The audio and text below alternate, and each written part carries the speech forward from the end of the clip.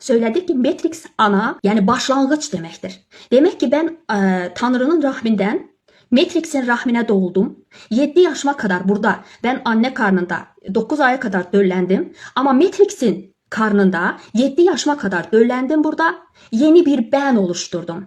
Ve bu ben, kablolar nasıl Neo kablolarla bağlıdırsa, ben de kendi yarattığım, kendi Matrix alanım, kendi hologram alanımda hangi duygu düşünceler varsa Rabbim onları benimle yüz yüze koydu. Kendinden oluşturduğum benliklerle birleş, bütünlen. O Neo nasıl sonunda gerçek kaynağa saf bilinci olarak döndüyse bizim de öyle olmamız arzu ediliyor. Tamam mı canlar? Mesela ne yaptım ben?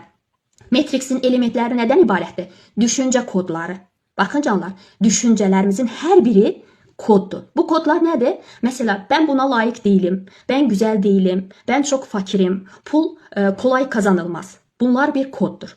Sonra ne yaptım? Bu kodların üzerine bir de ben duyguları ekledim. Kendimi sevmedim, kendimi yargıladım. Bir de bunun üstüne öğretmenlerim, kocam olsun, çocuğum olsun illa bu duygunu bende pekiştirmek için ellerinden geleni yaptılar. Ve ben şimdi ördüğüm bu örüntü her nedirse iyice bir çıkmaza girdim canlar. Buradan çıkmamız için ilk önce ne lazımdı canlar? İlk önce yüksek farkındalık. Her şeyin ama her şeyin kökünde farkındalık var canlar. Farkındalıkla biz her şeyin öhdesinden gelebilecek kapasiteye sahibiz. Tamam mı canlar? Mesela kendini değersiz, yetersiz mi hissettin? Sen hissettin. Tamam mı? Sen hissettin. O bir duygudur. Duyguyla arana bir mesafe koyarak bunun ötesinden gelmek mümkündür canlar. Zihin ne yaptı? O kodları iyice aldı, kabul etti. Sonra inancımız, yani neye inandımsa onu iyice pekiştirdi. Sonra ben onu tekrar ettikçe, mesela ben değersizim iyice ona gömüldüm. Sonra ne oldu canlar? Bu gömüldüğüm her ne duygu varsa onun içinde kendimi hapsettim. Ben ördüm. Şimdi ben değersizimse, yetersizimse bunu kendim yaptım.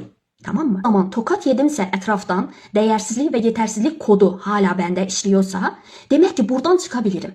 Ve buradan çıkmam için Rabbim bana sonsuz olasılıklar vaat ediyor. Çocuğum böyle davrandı. Kendimi bu duygunun, ya bu böyledir. O bana bunu yaptı, bu bana bunu yaptı. Ama ben fark etmiyorum ki.